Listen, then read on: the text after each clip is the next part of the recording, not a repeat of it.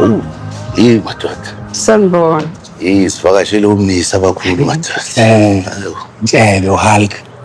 Cha no, ngilethe indlovukazi la. Izovulela uhlanya icala. Awu. Ma. Sikhona isidingo salo. Uyazi Sifiso ngiyayihlonipha kakhulu into zami ukuyenzela lo mfana.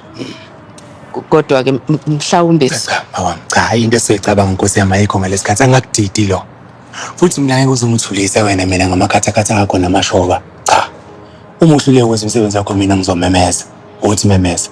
Tshela imida mina ngitshela itrade lezi ngitshela wonke umuntu ozongilalela ukuthi wena uyakuhlula umsebenzi wakho ngiyudokotela ke mina bazongilalela. Futhi Sifiso sakho ufuna ukubona lo mfana ebhadlela njalo. Awunendaba nje nokululama kwakhe. Ukuthola kubani kwintsha le? lo hayibo. Akuyona into esizelelana leyo ukuthi nizojijelana ngamagama. Cha ma, lo kumele enze umsebenzi wakhe lo ngoba kuyacaca ukuthi uyamhlula. Futhi wena wazi ukuthi uphawule ngesimo somqondo somuntu ngumashingelana wena. Sayinda amaphepha lawa namapeni wakho lododa enwenza la uyekele khona lapho. Ukuhlengwa kwempilo nokubaleka kwempilo zabantu kushiyele kimi udokotela oqeqeshiwe.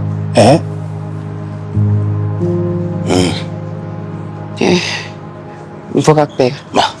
Ngicabanga ukuthi sengikulungele ukuthi ngingaqhubeka necala. Indlovukazi. Hayi ngingekuvimbi. Asibonge Ndlovukazi.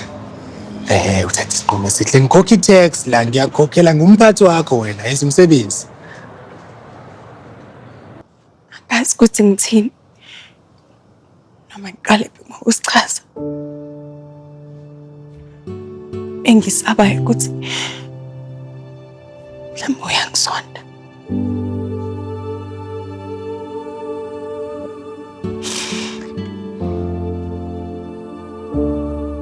Yazi angikhohliwe indlela engiphume ngayo la ekhaya xa funwa ngamaphoyisa engathi ngilisela boshiswa ingane yami.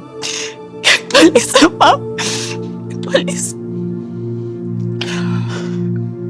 Yazi owami umama mina ngakhule ngishaya. Ngishayela nje ukuthi ngibuye noshintsho ngaphelele esitolo. Ngishayela ukuthi ngibuye late esikoleni, angishayele nje ukuthi ngime ngaphandle. Ngoba naye unina wamkhulisa kanjalo emshaya. Labo bonke abanye abantu besifazane bala emndenini bebeshaywa befundiswa indlela. Ngiyazi ukuthi emehlweni enkantolo vele nginecala. Kodwa ke bengenza umsebenzi wami.